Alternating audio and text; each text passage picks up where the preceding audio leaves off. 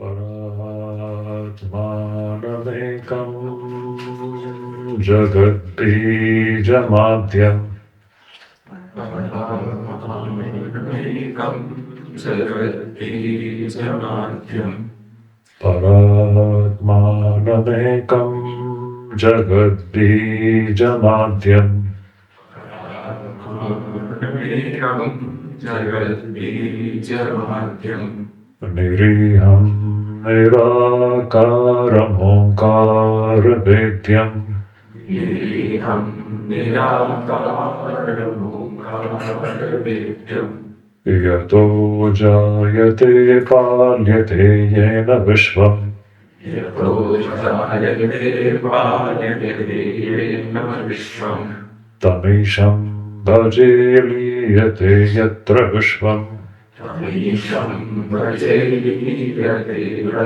Vishvam Sahana Bhavatu Sahana Bhavatu Sahano Bhunaktu Sahana Bhunaktu Saha Viryam Karvavahai Sahaviryam Karavavahai Tejasvinavadhitamastu ma Tejasvinavadhitamastu ma Vidvishavahai Vidvishavahai Om Shanti Shanti Shanti Om Shanti Shanti Shanti Hari Om. Hari Om. So, dear devotees, so you're comfortable then? You made a chair? Huh? You're comfortable? Achha. See. So, today we commence this study of Mandukya Upanishad. But before we get into this topic, let us just revise certain important points from Vivekachudamani. Especially there is one point which will be repeatedly stressed upon in this Upanishad also.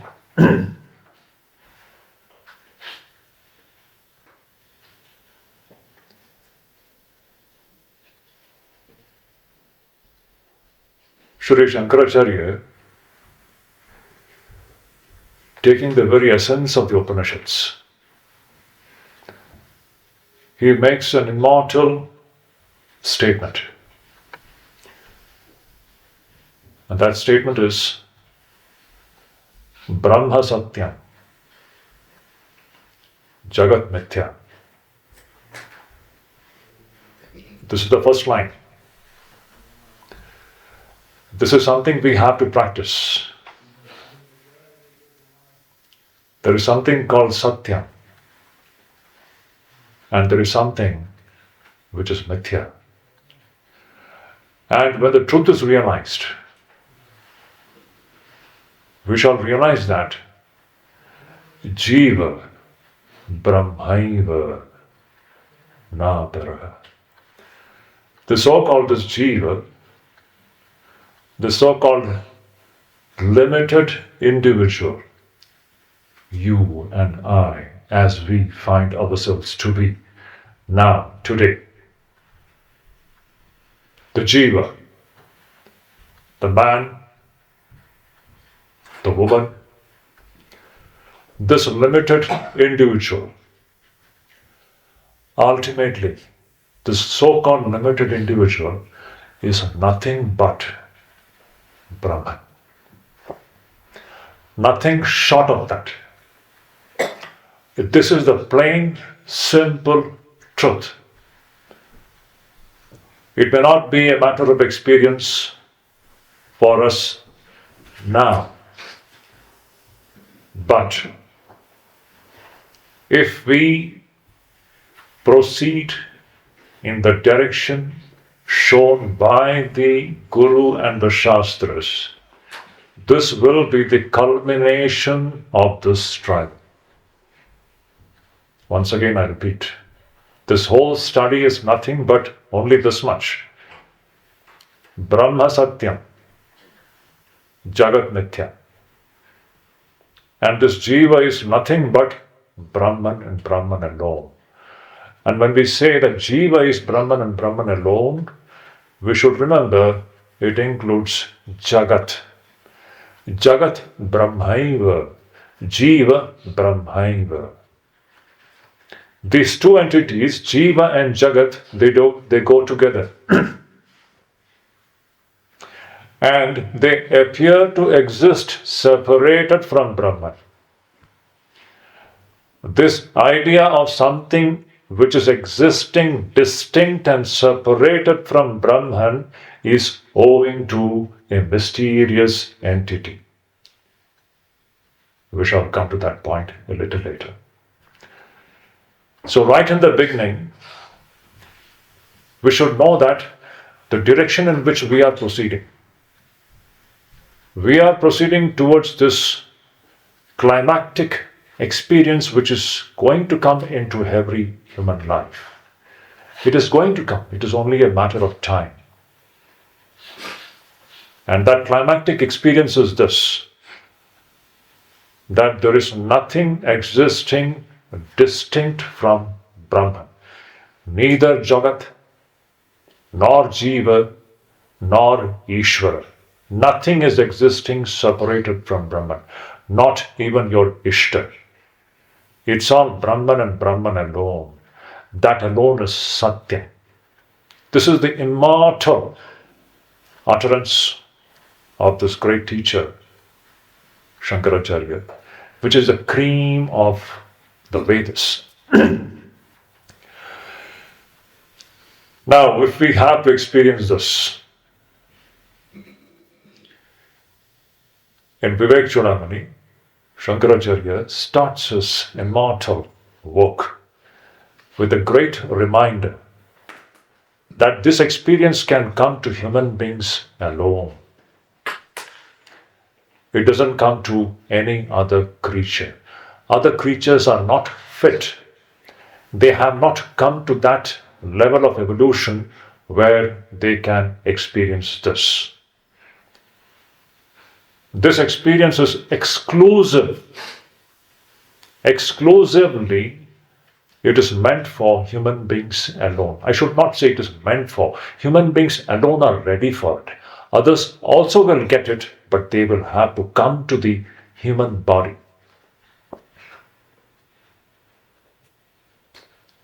So Shankaracharya says there, Jantu nam nara janma durlabham.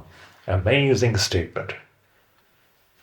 Among all the living creatures, to be born in the human body is the rarest privilege given to human beings alone. Among all the creatures in this creation, we just look, there are lakhs and lakhs of species. Even modern biology says there are 84 lakh species. This is the figure which is mentioned in our Shastras, 84 lakh yonis. Among all these different species, to be born in the human body, this human framework, now see, this is what we are going to analyze. We are going to analyze the experiences which we have in this framework, this body, this mind. When we begin to analyze it, something wonderful is waiting to emerge from this analysis. So, to be born in the human body is the rarest privilege given to this human being and human being alone. Why? This human framework is the doorway. It is a doorway, literally, just like we walked into this room through this door, or this door, and we entered into the portals of this room. Similarly, this human framework is the doorway to the discovery of Brahman. No other animals can do this.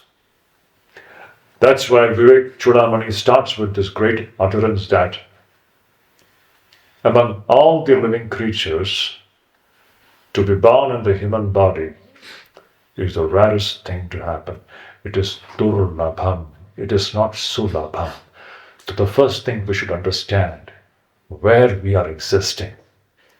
We are existing in this amazing machine of the human body, the male body, the female body. And what is this body essentially meant for? This body is not meant for enjoyment.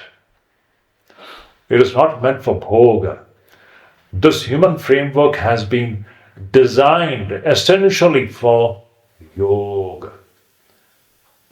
This human framework is essentially designed, engineered for a greatest event of this cosmos. And that greatest event in this cosmos is the discovery of the ultimate reality, which takes place only and only in and through this amazing machine called the human body.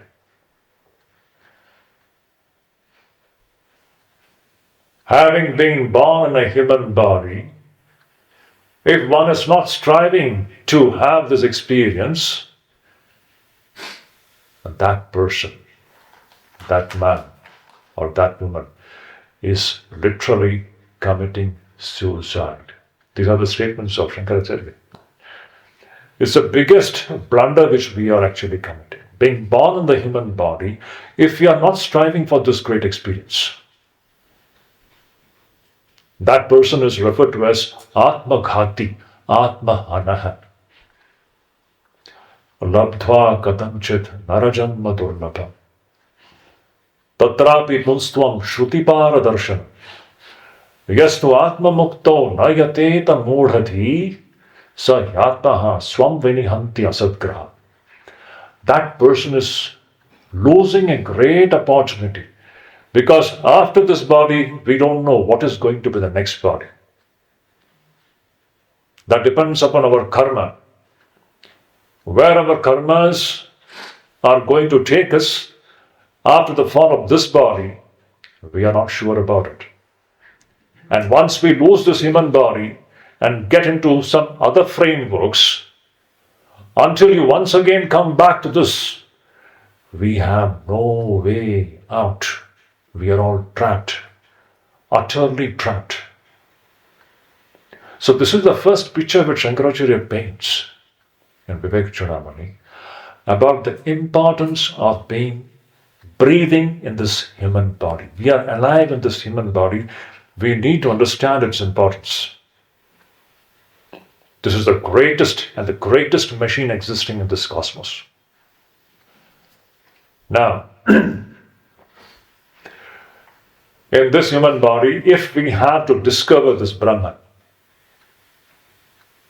we need certain mental disciplines, certain moral qualifications. Without these mental and moral qualifications, we do not become eligible or competent to have this great experience. If we have to have this great experience, we need some competence. And what makes us competent?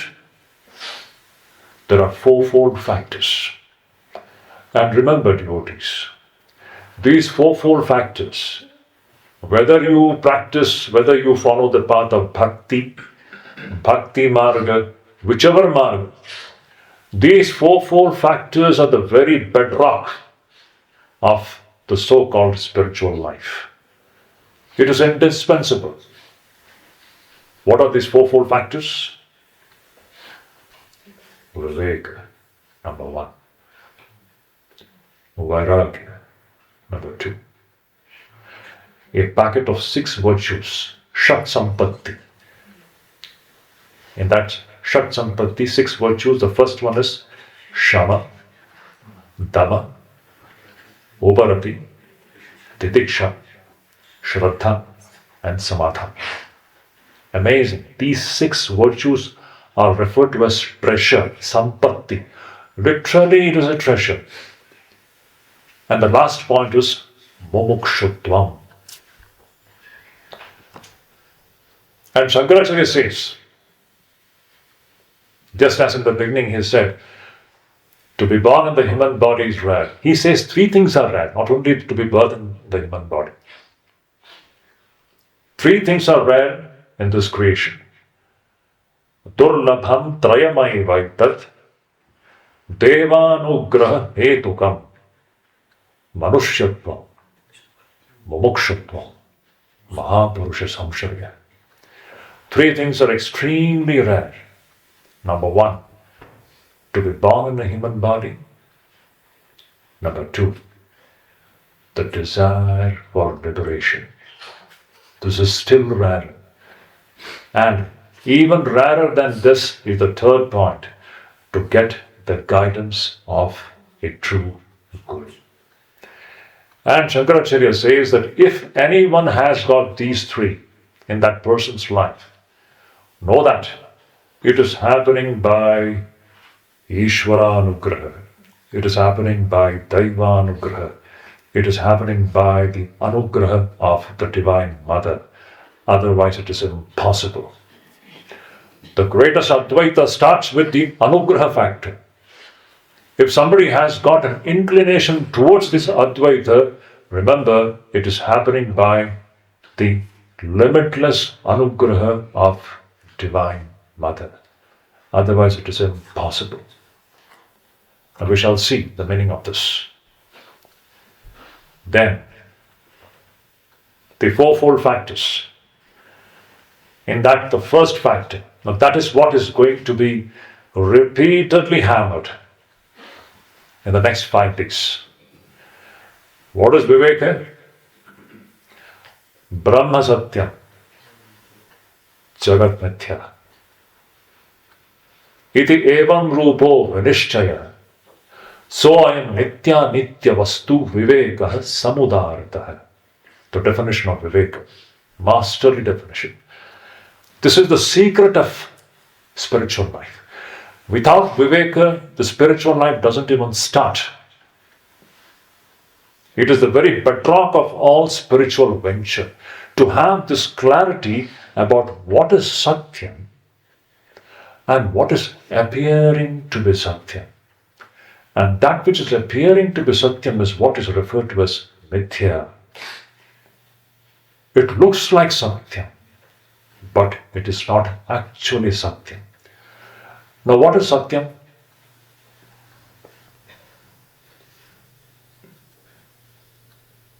Satyam, in our literature, it is defined as that which is Trikala Abadhita. Trikala Abadhita means that which never goes away in all the 3 points of time. Truth or reality or Satyam is that which never goes away in all the 3 points of time, which never changes. Now if you really look into, now see, the process of analyzing our experiences have already started. As I said in yesterday's introduction, remember, we are all seeking the truth.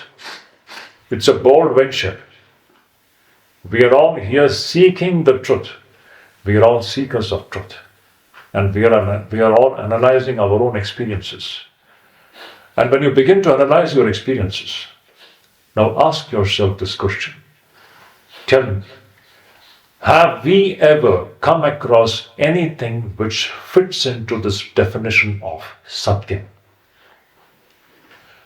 In our lifetime, from the day we were born till now, have we experienced anything that fits into the definition of Satyam, which is Trikala Abadhita, which never goes away in 3 points of time and which never changes? Anything which satisfies this condition? Have we experienced anything? This needs to be investigated. We have to be merciless in this. We have to be ruthless in this. Tell me.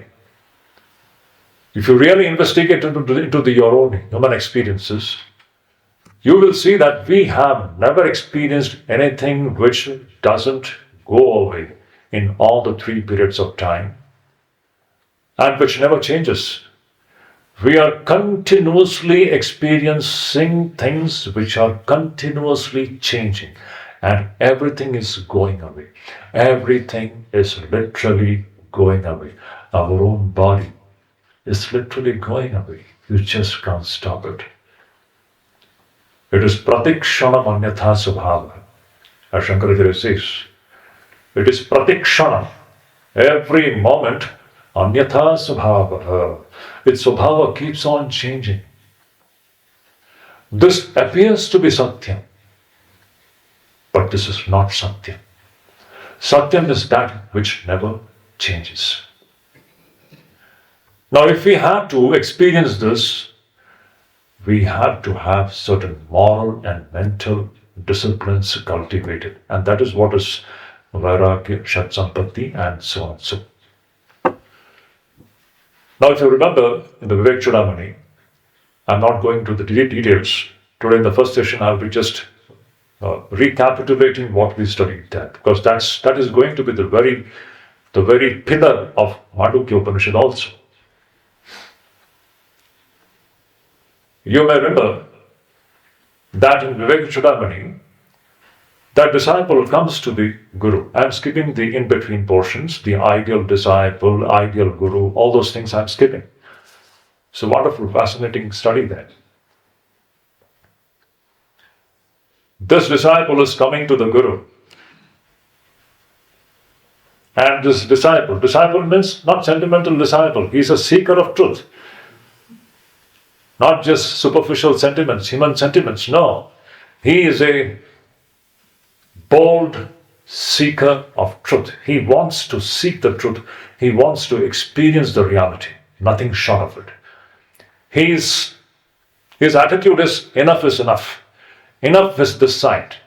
He has seen enough of this side, which is continuously changing. Here, everything is going away.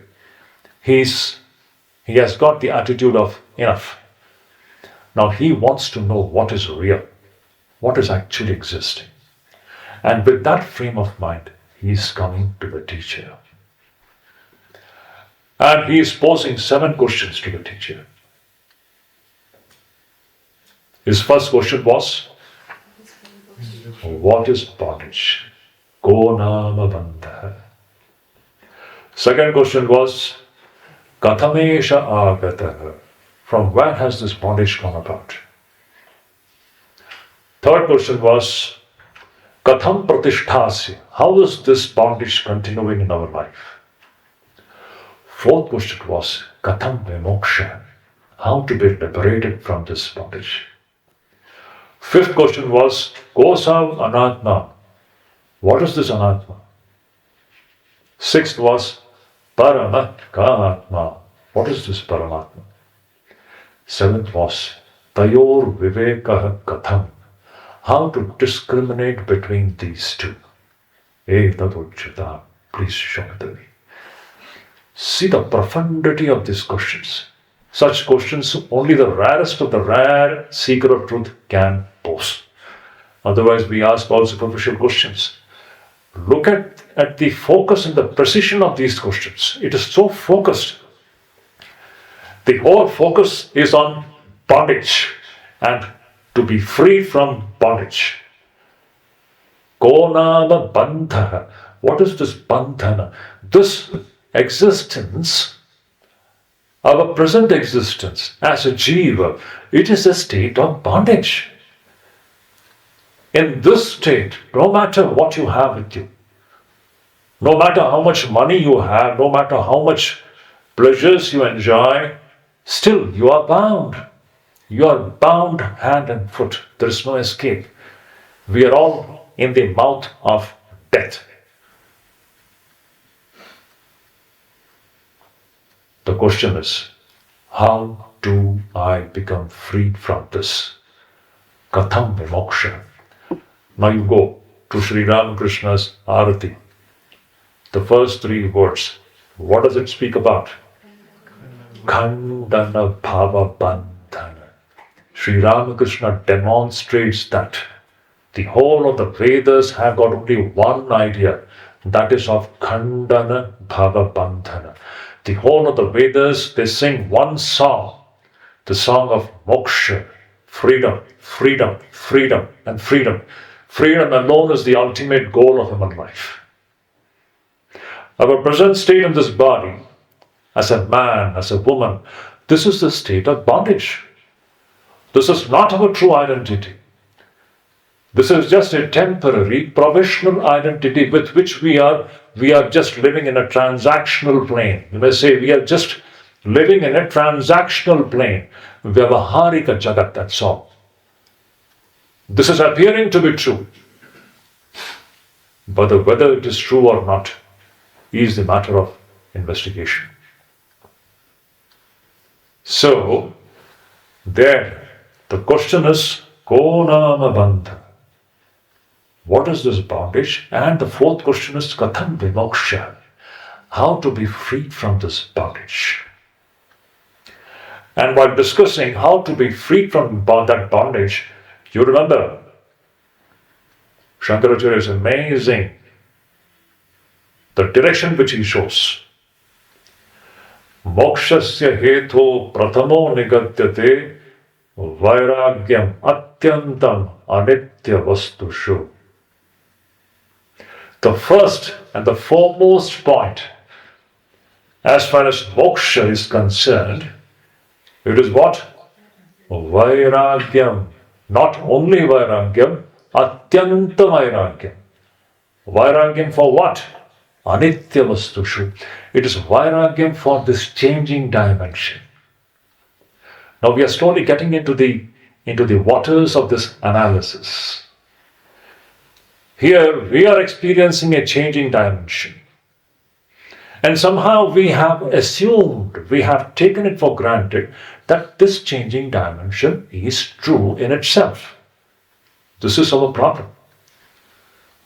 Now, what is vairagyam? Extreme distaste for this changing dimension. Again, you want to see the demonstration? I always keep demonstration. All the saints are the demonstrators of this phenomenon. All the saints. But you can take your own Ishta, Sri Ramakrishna. What did you find in Sri Ramakrishna's life?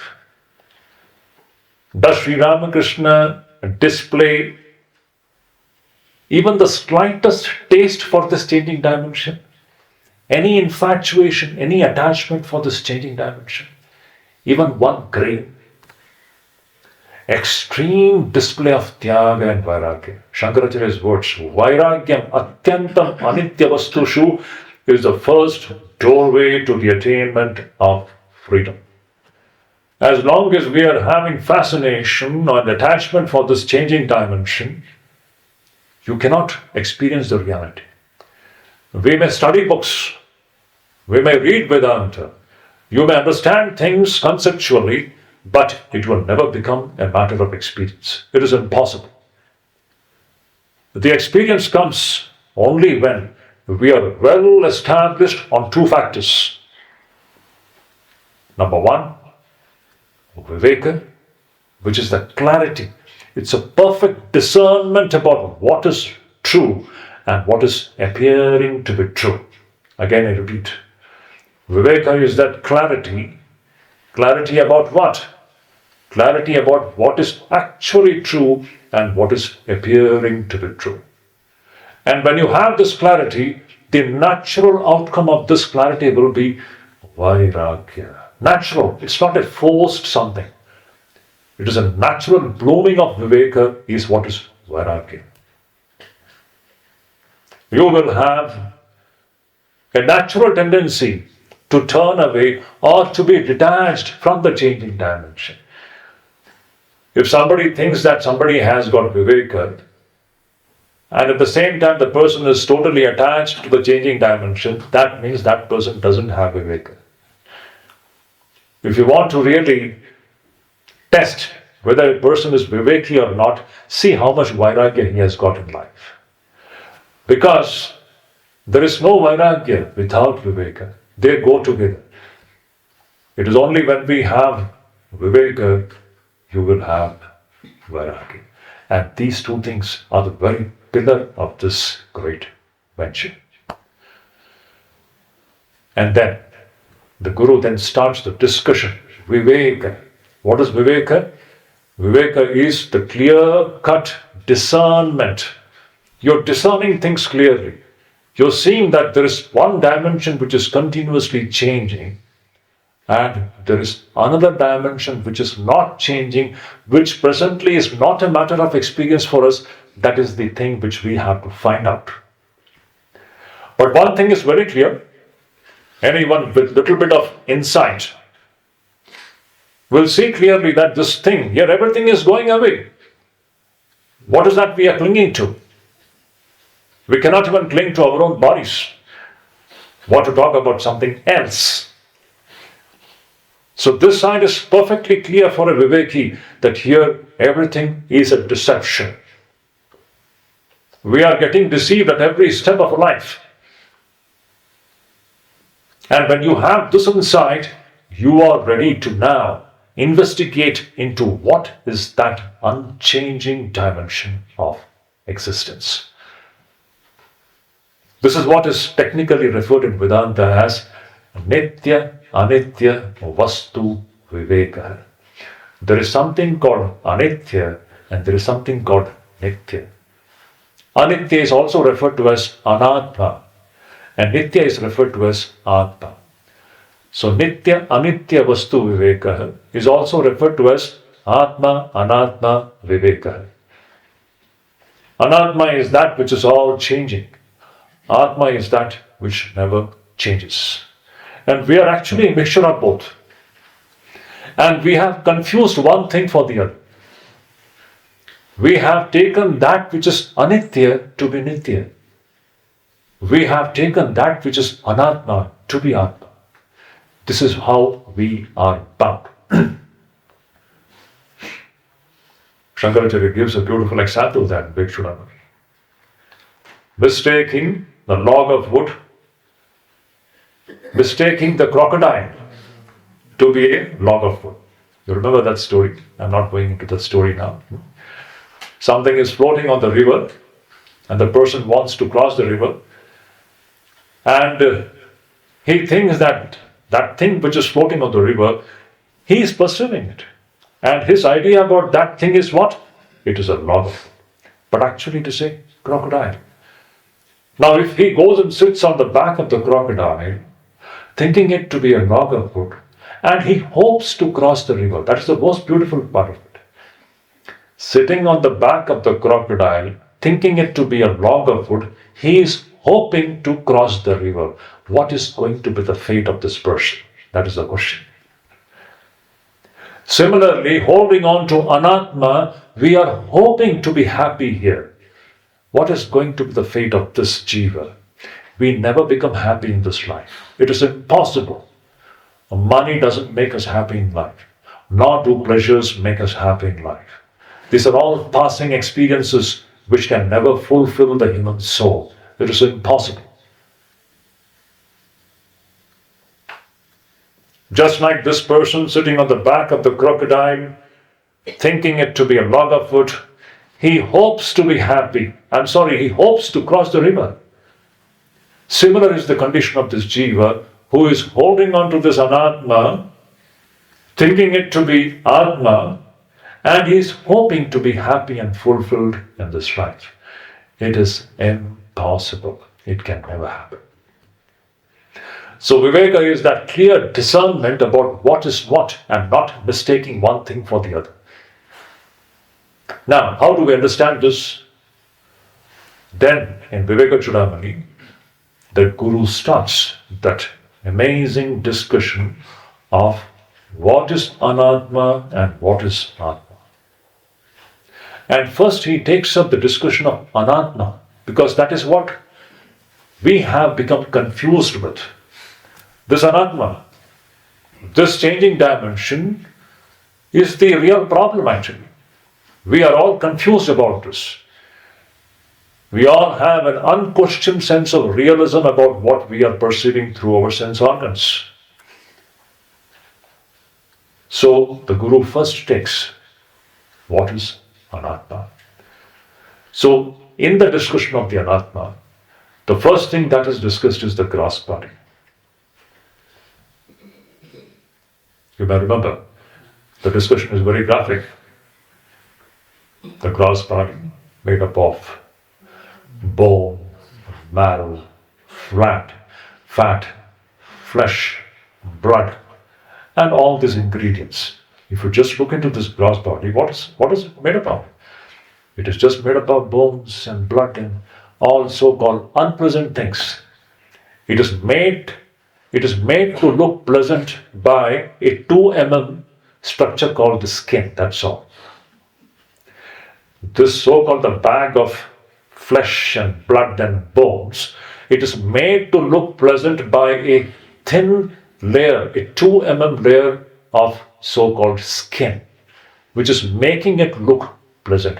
But actually, if you just go beyond this 2 mm layer of skin, what do we find? Is there anything pleasant inside that? See, we are analyzing our own self. We are deceived by the so-called 2 mm view of human beings. I always say this. We are continuously deceived by this 2 mm view of human beings, the skin deep understanding of the human being. Beyond the skin, what is there? And tell me, what is not changing? It is continuously changing. Are you this? You cannot be this. This is what Upanishad proclaims from the top of its voice. My dear children, you cannot be this so-called physical structure, this biological structure. And when you're talking about the so-called physical body, then it becomes male body, female body, and all the drama starts from there. This is how the samsara starts. When you have taken it for granted, I am this, then you're trapped. This is just like sitting on the back of the crocodile, thinking it to be a log of wood. This structure which you are not, you have taken it to be yourself. And you're trapped. So in the discussion of the Anatma, the first thing taken is the gross body. Okay, you're not this. Behind this gross body, there is another body, which is the subtle body. That is even more interesting, a very interesting dimension of the human personality. The subtle body is made up of the Antakarana. Antakarana has got its four functions. Man, Buddhi, Chitta and Ahankara. We have seen that. I'm not going into the details of that. This subtle body, where all the thinking processes goes on. We are constantly thinking.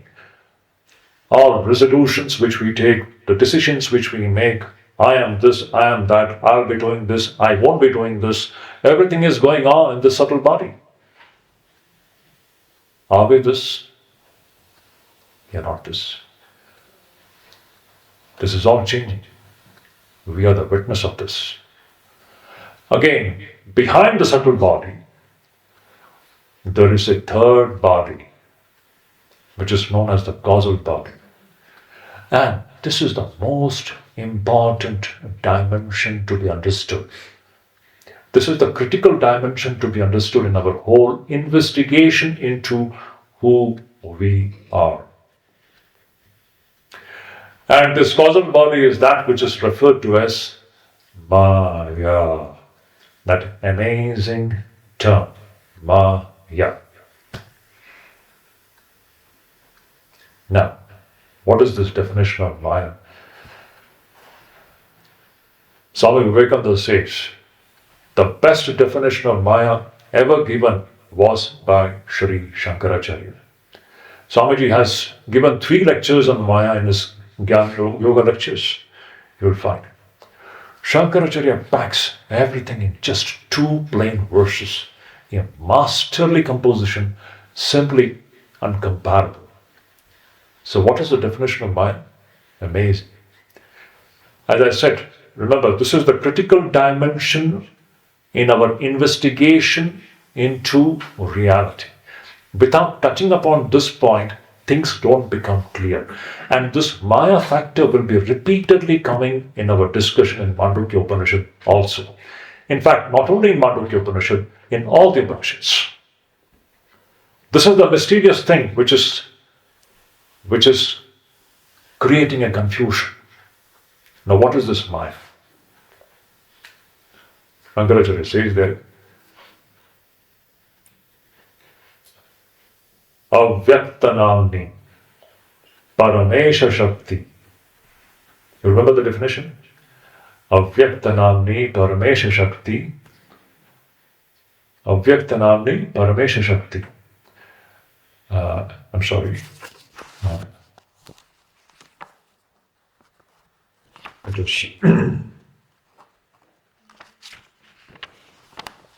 Anadira Vidya, Trigunatmika Para, Karyanumeya Sudhiyaiva Maya, Yaya Jagat Sarva Idam Prasuyate. What does it mean? This Maya is Avyakta. Every word is important. Avyakta Namni. Avyakta means undifferentiated or unmanifested. That which is undifferentiated will be unmanifested. That which has become differentiated is manifested. Every word is important. Maya, this causal state which is referred to as Maya, it is undifferentiated or unmanifested. Second word is very important. Paramesha Shakti. Amazing term. In fact, if we understand this one term, you are understanding the totality of reality. We shall see this while studying Mandukya Upanishad. What is this Maya? It is Paramesha Shakti. It is Atman's own Shakti. It is Brahman's own Shakti. Very important point. It is Brahman's or Atman's own Shakti. And Anadi Avidya. This Maya is Anadi, beginningless Avidya, beginningless ignorance. It is not possible for us to determine the starting point of this mysterious phenomenon called Maya. Again, I repeat, it is not possible for anyone to pinpoint the starting point of this mysterious phenomenon called Maya. You cannot. No one can do it. It is Anadi, it is beginningless, Avidya. And it is Trigunatmik. It is made up of three gunas, Sattva, Rajas and Tamas. And it is Para. Para means it is superior. Superior to what? It is superior to its own effect. What do you mean by that? There is something called Maya and Maya's effect. This world, so-called this world which we are seeing, this is the effect of Maya. Maya is the cause, and the effect of Maya is what? We are all the effects of Maya, each one of us. This Jiva and this Jagat, this is nothing but the effect of Maya. Maya is the cause and effect. And in cause and effect, the cause is always superior. Cause is always superior to the effect, because without the cause, the effect cannot exist. So the Jagat and Jiva and everything, this is the effect of Maya. That's why Maya is Para. Para means it is superior to its own effect. Sudhiyaiva, and she is Karyanumeya. Karyanumeya means this Maya can be inferred by seeing the Karya. Karya means effect. By seeing this effect, we can infer. We can infer that behind this so-called mysterious world, there is a power, there is a Shakti, which is making this world possible. So it is Karyanumeya. Every word is so packed with meaning.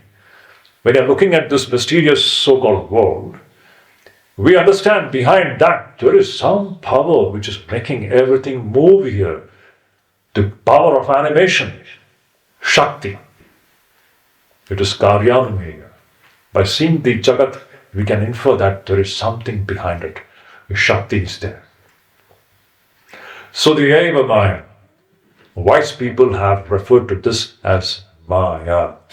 Yaya Jagat Sarvamitam Prasuyate. From where this entire Jagat proceeds. Maya is that from where the entire Jagat, the world, proceeds. So beautiful. That is why this Maya is referred to as Mother.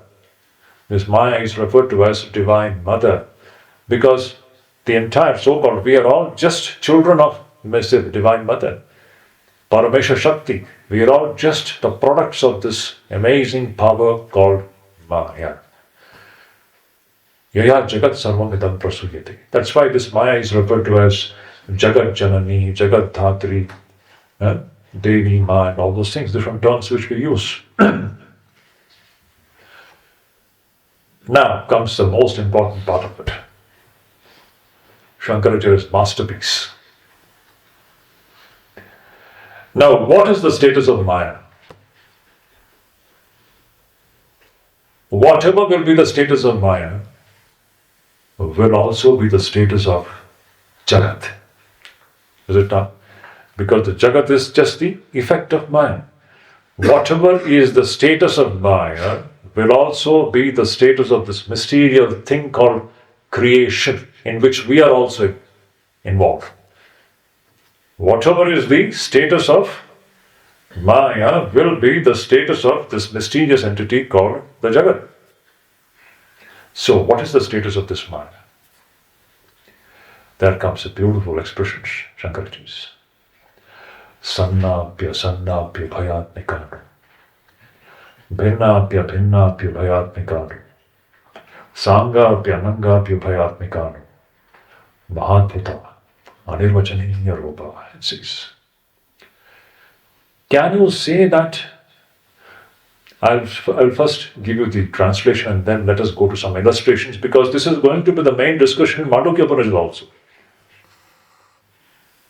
Shankaracharya says, you cannot say this Maya is real. Why? It goes away. At a certain point of time, it goes away. So you can't say it is real. That doesn't mean it's unreal. No, you can neither say it is unreal. Why? Presently we are experiencing it. How do you say it is unreal? Now see, he's touching upon the crux. Amazing. You cannot say it is real because it goes away. Then is it unreal? You can neither say it is unreal because for the time being we are all inside it. We are trapped inside the network of Maya. You cannot say it is altogether unreal. So what it is? He says, the only thing that we can talk about Maya is Mahadbhutam, Anirvachaniya. It's a great wonder. It is inscrutable. This is the only thing we can talk about this Maya. Now, if this is the status of Maya, this is exactly the status of this thing called Jagat, creation. Can we say that this creation is real? Jagat is real? You cannot say it is real because it is going away. Then is it absolutely unreal? You cannot say it is absolutely unreal. For the time being, we are experiencing it. So what is this entity which we are experiencing? All that we can talk about, it is only two terms. It is Mahadbhutam, Anirvachaniya. About which you cannot say either way. You cannot say it is real, nor can you say it is unreal. It is just inexplicable. It's inscrutable. It's a great wonder, a creation of an inscrutable power called Shakti. Now this is the meaning of Brahma Satyam and Jagat Mithya. When we say Jagat Mithya, it doesn't mean that Jagat is unreal. In all our translations you will find Brahman is real, world is unreal. It's wrong. World is not unreal. Mithya doesn't mean it's unreal. Mithya means it is inscrutable. It is inexplicable. You cannot say that it is real, nor can you say it is unreal. It is a mysterious dimension, but ultimately it goes away. Brahman is always existing. This dimension is mysterious. This is what Shankaracharya wants to say. The most amazing presentation of the ultimate picture of reality, about which you can neither say it is real, nor can you say it is unreal. It is mysterious. Now, how do we understand this? Let us take some examples. In the Mandukya Upanishad. Now see, a process of analysis has started. We are already analyzing our own experiences now. In the Mandukya Upanishad, Shankaracharya uses a beautiful term to describe the connection between Brahman and Jagat. To describe the connection between Atman and so-called the body and the spirit. What is that term? He says in his commentary, how is this world and what is this world and what is its connection with Brahman? He says, Pata Chitravat, Chitrita Iva Pata. I'm just using that one term. The bhasha it comes. Amazing. Pata Chitravat. Pata Chitravat means just like a painting on a canvas. Just like a painting on a canvas. Now, during Shankaracharya's time, that was a thing as an illustration which was available to him. Because people used to paint on canvas. Canvas means a thick piece of cloth on which people would paint. So, Patachitravat. I always say, during Shankaracharya's time, Chalachitra was not available. Only Patachitra was there. You know, Chalachitra means what? Movie. Chalachitra means movie. Present day movie, cinema theater, we go and we watch a movie. During Shankaracharya's time, movie was not there. That's why he has to use the illustration of painting on a canvas. If movie had been present there, definitely he would have taken the illustration of Chalachitra. Today we can understand this illustration more beautifully because we have this Chalachitra. Chalachitra means feature film, a movie. Now you take the example of the movie, what Shankaracharya is pointing out at. We are going into a cinema theater. Okay? We're sitting on the seat. The lights are off. The movie starts. Very interesting movie. We are all engrossed in the movie. Okay? Now you tell me. Can you say that the movie is real? That the characters inside the movie are really existing? Question is, when your eyes are focused on that direction, the direction of the movie, tell me what is that which is actually existing? Huh? Screen. What is actually existing? Screen alone is actually existing. The movie and the different characters inside the movie, they appear to exist. So this is exactly the relationship between Brahman and Jagat. Brahman is that screen, Atman is that screen on which this movie of this changing dimension is going on. When you look at that screen, tell me, can you say that that movie is real? You cannot say it is real because it is all going away and it will stop. A time will come when this movie will stop. That doesn't mean that it is unreal. For the time being, it is not unreal. It is captivating you. You are engrossed. You are captivated by the movie. You cannot say it is altogether unreal. And if it is not altogether unreal, does it become real? It neither becomes real, because what is actually existing there is screen alone. Even now here, when we are seeing this world, what is actually existing is Brahman and Brahman alone. Brahman is that screen on which this mysterious movie which is going on. What is this movie now? Now we are slowly getting into the Mandukya Upanishad's grain. This movie is what, Jagrat Swapna Sushupti movie is going on. Continuously the movie of waking and dream and sleep and waking and dream and sleep and waking and dream and sleep and waking and dream and sleep. This movie is going on. Where is this movie going on? That screen is our own self, Atman. That screen is our own self, the Atman, where this so-called the movie of the waking and the dream and the sleep is going on.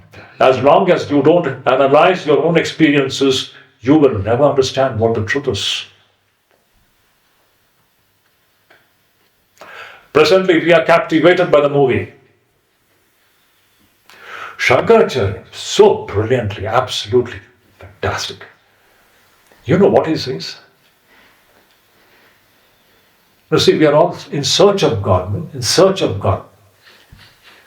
We are all looking for God, searching for God, anticipating that God will come at the time of death. Upanishad smashes this idea out. God is going to come at the time of death, or God will be seen when we go to the heaven somewhere up in the sky, extra cosmic, outside of this cosmos. Upanishad smashes all these ideas. It's here, right now, right here. Shankaracharya says, from the day we were born till now, we have been always seeing God and God alone, but we never understood this point. Can you imagine? In his Bhashya he's saying, from the day we were born, we have been continuously seeing God, but we never understood that. How do we understand this point? When you're watching the movie in the cinema theatre, for 3 hours your eyes were focused. Tell me, what were you seeing? You were actually seeing the screen, is it not? When you are in the cinema theatre and your eyes are fixed on one direction, tell me, what were you actually seeing? You were seeing the screen. But you never understood that point.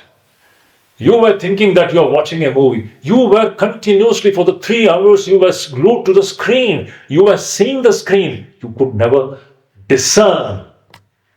Absence of Viveka. Shankaracharya says this is precisely what is happening with us. We are actually continuously seeing nothing but God and God alone. With open eyes. This is what Mandukya Upanishad is going to gift us. The vision of seeing divinity with open eyes. Nothing short of that. We are continuously seeing God and God alone. We are not understanding this point. We are waiting for God to come. That is the irony of the so-called human being. Owing to Viveka, absence of Viveka. Let us take another example. Now this is going to be the main discussion of this Mandukya Upanishad. We will have to keep the screen and the movie analogy continuously here. It is this movie which is referred to as Mithya. Brahma Satyam, Jagat Mithya means what? Screen alone is Satyam. Movie is what? Movie is Mithya. Mithya means what? It is neither real nor unreal. You cannot say it is unreal because for the time being you are captivated. Then does it become real? No, it goes away. What is actually real is screen, and screen alone is actually real. Even when the movie is going on, what is actually existing is the screen and screen alone. Any doubt?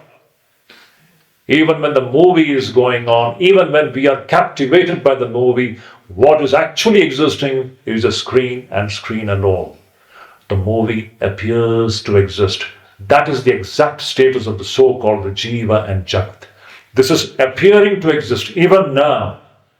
This Shuddhidananda, this, that, all the different names here. This is all appearing to exist.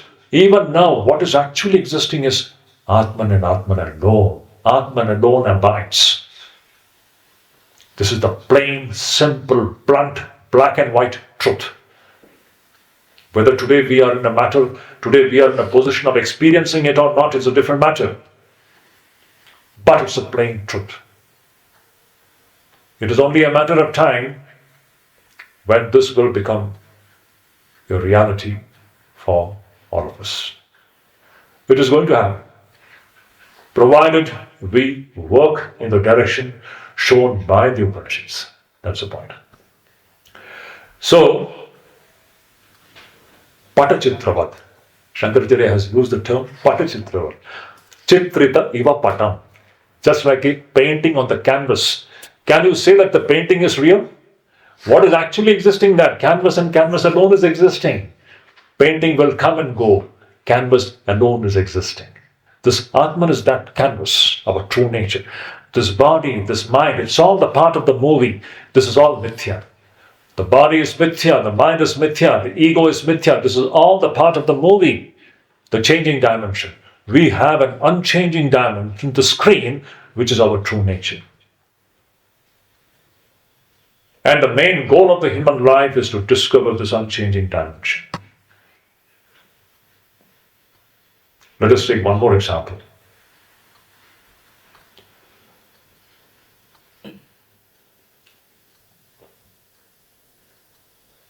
Did you dream yesterday? You did not dream. But we all dream. I also dreamt. Dream is a part. Father? I did. Definitely we dream, is it not? You have dreamt it, you don't remember it now.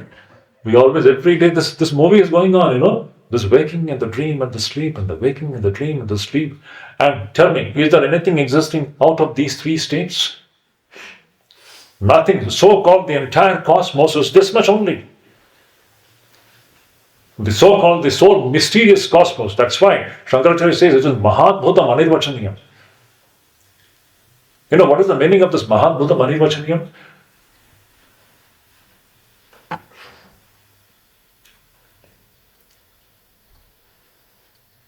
It means making us feel that which is not actually existing to be actually existing. This is what is Mahabhutam. Most wondrous. That which is not actually existing, Maya makes us understand as if it is actually existing. As long as this deception doesn't go away, we never understand what the reality is. Let me talk about an experience of Swami Vivekananda. If you remember, I have discussed this point in Vivekachudamani. And this is an example which Shankaracharya keeps on giving in his commentary. And that example is of Mrigatrishnika. Maru Marichika, what Shankaracharya keeps on, one of the most beautiful examples. Maru Marichika and Mrigatrishnika means mirage. Mirage.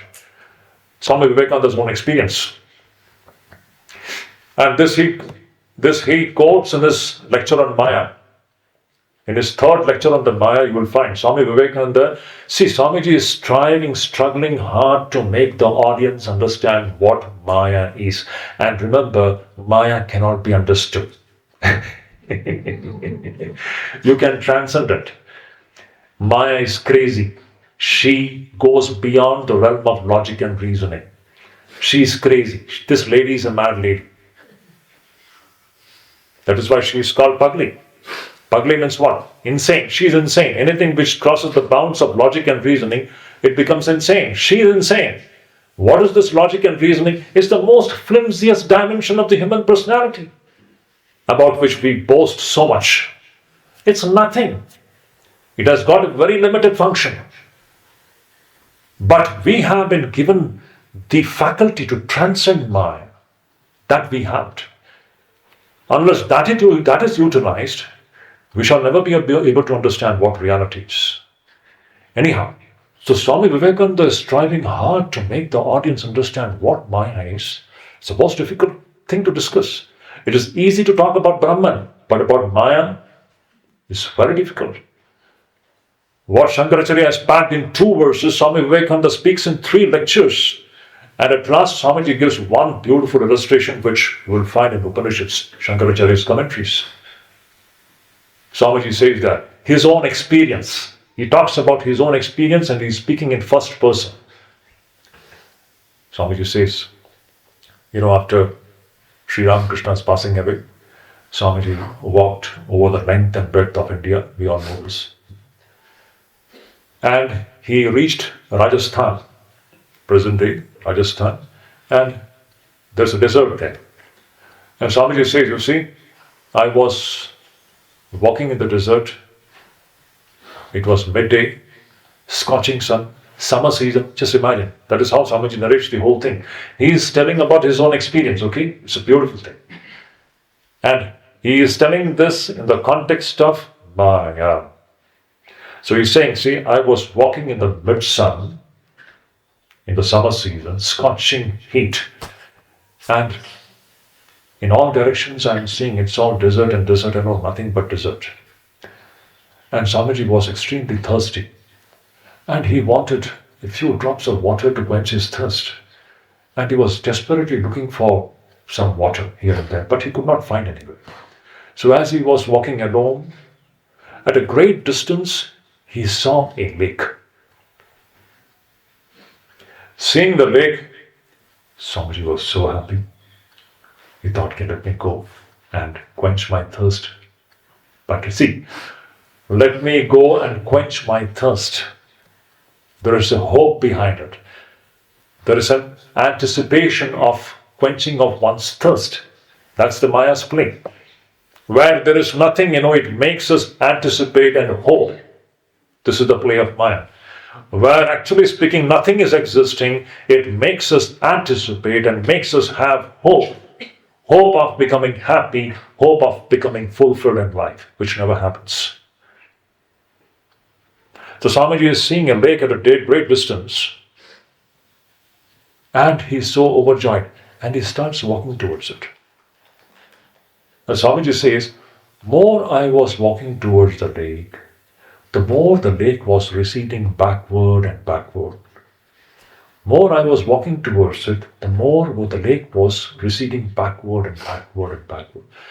In this way, Swamiji says that I walked for several miles. The more I am heading towards it, the more it is receding backward and backward and backward. Then, all of a sudden, it struck me like a flash of lightning that this is what people say mirage.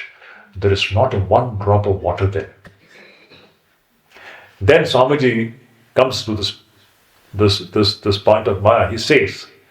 He asks, as long as I didn't know that it is a mirage, for me that lake was real. I could not say it is unreal. It was pulling me towards itself, and I was hoping to quench my thirst by drinking the water of that lake. As long as I didn't know, agyan, aviveka, as long as Maya is functioning, you don't know that what you're seeing is actually not existing, but it appears to be existing. Can you say that the water seen there is unreal? As long as you didn't know it, it was real for the time being. It was pulling Swamiji towards it, and Swamiji was hoping to quench his thirst by drinking that water. You cannot say it is unreal. Then does it mean that it is actually existing? You cannot say it is actually existing. The moment knowledge came, gone. When knowledge came at that point, even then, the perception of water is there. But now that person knows there is not one drop of water there. What is existing there? Desert, and desert alone is existing. Sand alone is existing. There is no water, though the perception of water is there. So about this water seen in the mirage, you cannot say it is real.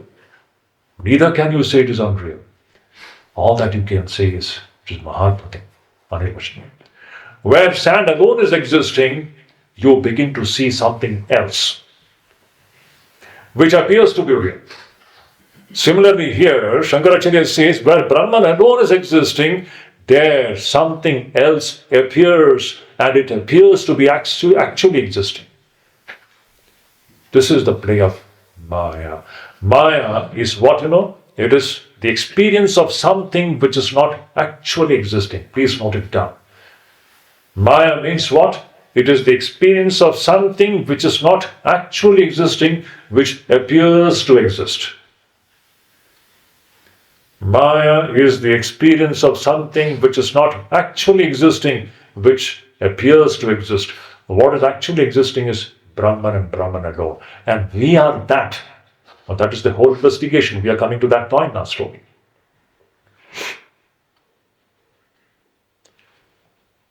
So we were talking about dreams, no? Anand? Yes.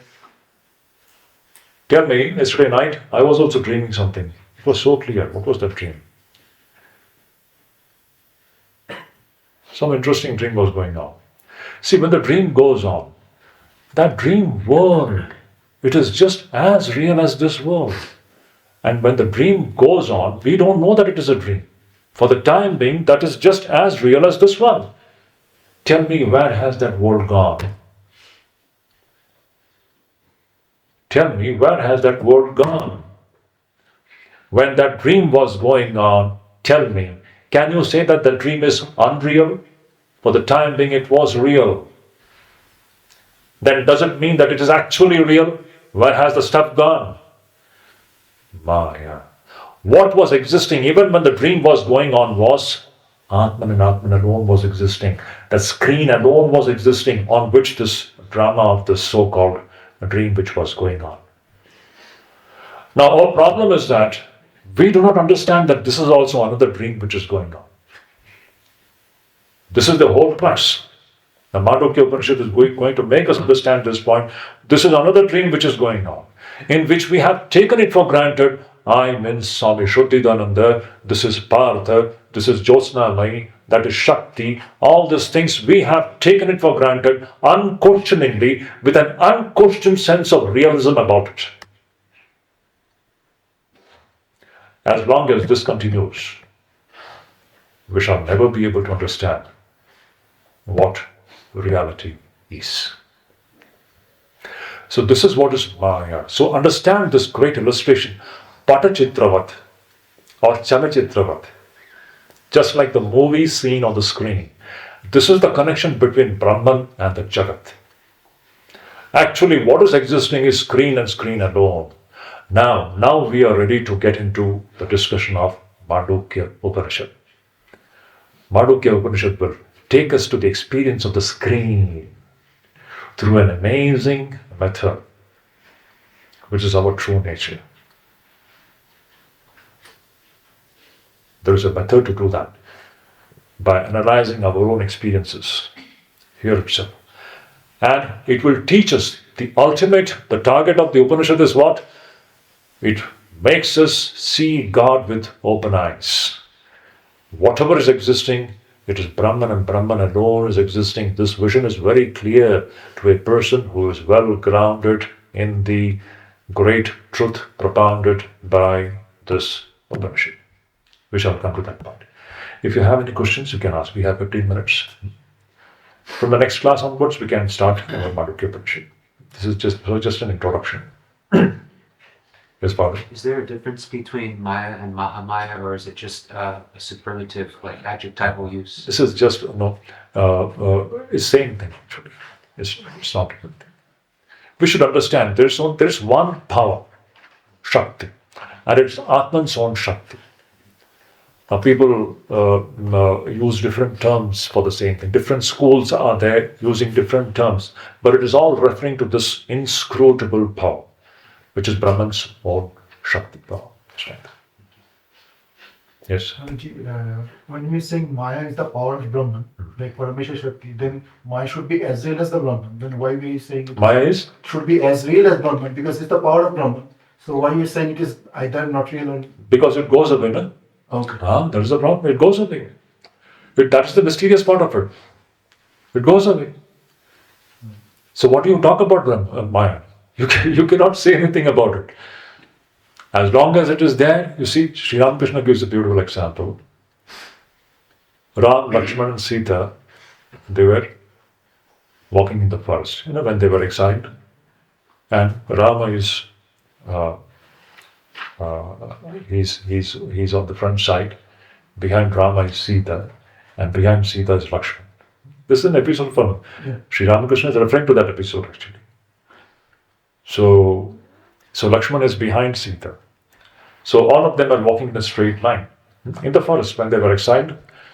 So Lakshmana is desperate to see Ram, but Sita is in between Lakshmana and Ram. So Lakshmana is not able to see Ram. So Lakshmana goes to the left side to get a glimpse of Ram. So Sita also comes to the left side.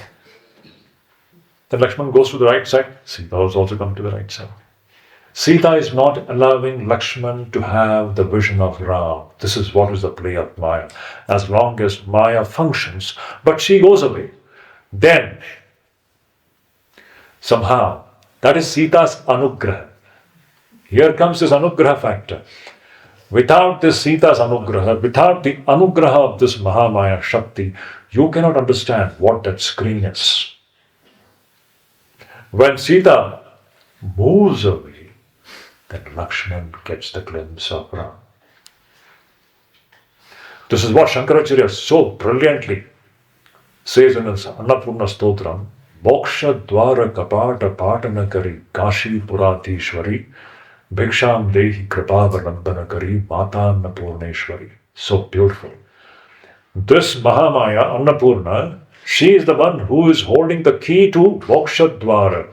Moksha Dwara is the door. The door to liberation is, the key to the door to liberation is in the hands of this Mahamaya.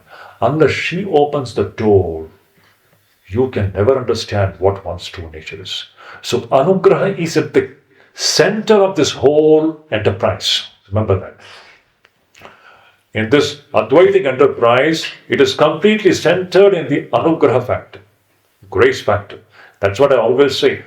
Advaita culminates in bhakti, supreme bhakti, the real bhakti, not that superficial human sentimental bhakti. The real bhakti which comes from a clarity of vision. When you begin to see that God alone is existing, this person is a natural bhakta. Everything is divine for this person. Advaitic bhakti. And they were all great Advaitic bhaktas. Anugraha. Nothing is possible without this Ishvara Anugraha, Anugraha of Divine Mother. Devi Mas Anugraha. Without her, nothing. That's why they were all great worshippers of Divine Mother. Shankaracharya was a great worshipper of Divine Mother. Who will not be the worshipper of Divine Mother? There is no other way. There is no other way. All the mathas started by Shankaracharya, it's all the worship of the Divine Mother. Because the divine, unless she opens the door, there's no way to understand what the truth is. And if it is happening in our life, for the time being, let us just assume, if some clarity is coming into our inner life, remember she is making it happen. It is not owing to our credit. If some clarity is coming into our lives, she, a mysterious hand, she is making it possible in our life. She is opening our vision actually. She is doing it. Don't think that we are doing anything here. I always say, did you come to Mayavati, Jayapradaji? Or somebody brought you there? Yes, Manju. Everything happens through Maya's Anugraha. So, is there any role of self-effort? Your self-effort is a sign of her Anugraha. When you are putting the right effort, remember, it is by her Anugraha it is happening. When you are striving to realize Brahman, remember, actually you are not doing it, somebody is making you do it. Self-effort is the sign, the very sign of the presence of Anugraha. It is Divine Mother who is holding your hand and making you do it. All sadhakas should remember that if you are doing sadhana sincerely, don't think that you are doing sadhana, somebody is making it happen. We are nothing in that. With this humility, we have to do sadhana. That is the first part. Yes, Vivek. As a concept, sir, in the next stage, when we say that Jiva and Brahman are the same, there in that state. I need to correct here. Jiva doesn't exist. Only Brahman alone is existing. That's the point. Yes, please go. So only one entity exists. So in that sense, when we say Maya and Anugraha, can we say it is like a temporary construct so that we realize it till then only? That's why only thing. That's what I'm saying. The only thing that we can talk about this Jiva and Maya is Mahadbhuta Manirvachinyam. It is an experience of something which is not actually existing, but it is experienced. What do you do with it? It is an experience of something, it is being experienced, but it is not actually existing. So as long as knowledge doesn't dawn in us, it has got a provisional existence. You can't deny it. But ultimately when the knowledge comes, you will be seeing totally different thing. Gone. This Brahman alone is existing with open eyes. Even when the person is perceiving the so-called everything, he or she knows clearly it is Atman and Atman alone is existing. It is God and God alone is existing. So, what is this Jiva, Jagat and Maya? Mahadbhutam. Mahadbhutam, a great wonder. Experience of something. Experience. Remember the word is experience. You can't deny the experience. Experience of what? Something which is not actually existing. Actually what is existing even now is Brahman. That's why Brahma Satyam. This dimension is Mahadbhutam. Mithya means Mahadbhutam. See, now when we look at it, it's Mahadbhutam actually. Great wonder. What is this? See with your open eyes, it is Shakti's play which is going on. Even from the Shakti standpoint, everything is divine. That the Paramesha Shakti is such a beautiful term. Even from the Shakti standpoint, Maya standpoint, everything is divine. Maya is what? It is Paramesha Shakti. It is Brahman's own Shakti. Where is the word? It is Paramesha Shakti. Upanishad is going to give us a totally different vision. It opens our eyes and a different vista opens before our eyes. It is divinity, nothing but divinity. Divine Mother. Where is Jiva and Jagat? It is Divine Mother. She is playing. Now the best visual representation of this is, of course this is my opinion, anyone can differ from it. The greatest visual representation of this Brahman and Maya is what is known? Kali. Bhavatarani Kali. Kali. Amazing representation. Kali dancing on the chest of Shiva. She is crazy, she is mad. This is Kali's play which is going on. And Shiva is hidden here. Brahman is hidden. She is hiding. As long as her dance goes on, Shiva is unknown. It is by her anugraha the knowledge of Shiva becomes possible. What a beautiful representation it is. The best visual representation of this great reality of Brahman and Brahman Shakti, there is this Kali. Amazing. And she is crazy. She is a mixture of all opposites. Beyond logic, beyond reasoning. That's why you see, we always want everything to be fitted into the small framework of logic and reasoning. This is itself is Maya. This tendency to fit everything into the small, flimsy framework of logic and reason itself is Maya. No, truth transcends logic and reason. Then what framework will just go by Upanishad, go by Guru, without questioning and no logic? No. Exactly. This is another wrong. Logic and reasoning has got a role to play.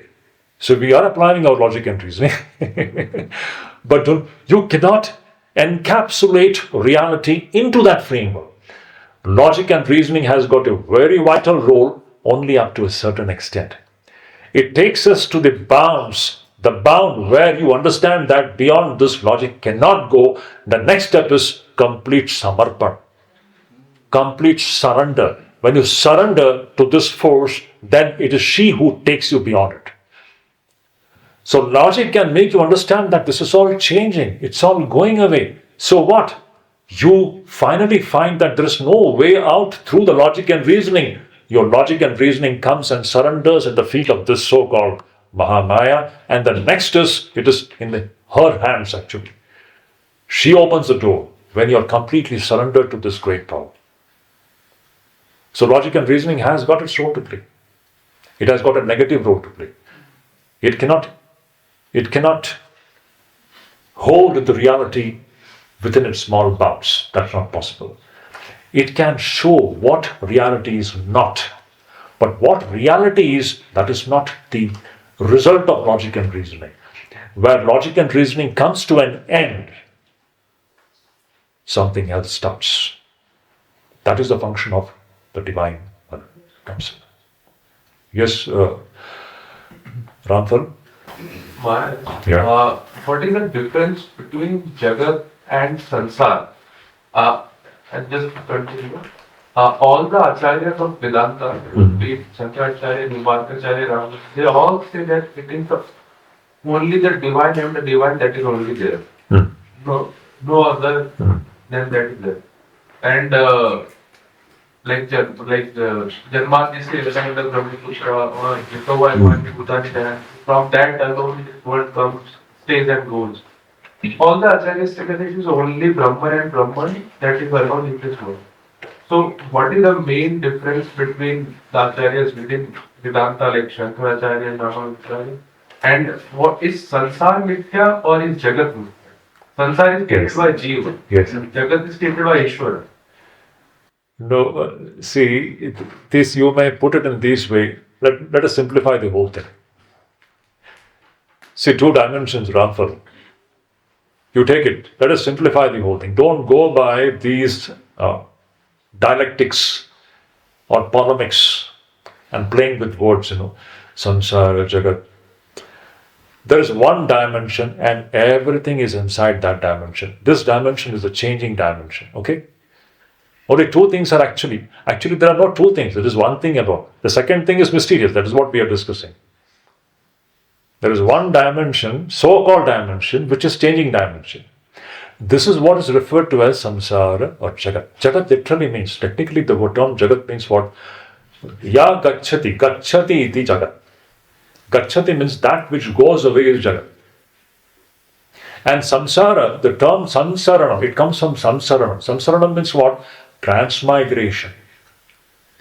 This jiva's transmigration from one body to the other body is what is actually samsara, samsarana. You are continuously, as long as the jiva is ignorant, the jiva is transmigrating from one body to the other body. This is what is known as samsara. But actually, whether you take it as samsara or jagat, it is all the changing dimension. So you put the whole thing into one side, the jiva, the different things which you are perceiving, which the jiva is perceiving, it all belongs to this changing dimension. Any doubt about it? Now the next thing is, the question is what Vedanta Upanishads actually wants to say is that you are not this. You are the unchanging dimension. Keep these two things very clearly. Don't get confused about these different terms used in different contexts with different meanings. This all refers to the changing dimension. And anything which is changing, Ramphal, remember that you are not that. Keep it in mind. So you can put this whole thing on one side. Anything which is changing, put it on one side. You cannot be that. Let us go to the roots. Upanishads 1 message is this. You are the unchanging, that witness of this entire changing. Take that movie and screen illustration. All this jagat which you are referring to, samsara which you are referring to, jiva you are referring to, even Ishvara, it is all within the movie. The screen is beyond all this. The unchanging dimension is beyond all these things. This is all happening in the movie. The screen is beyond that.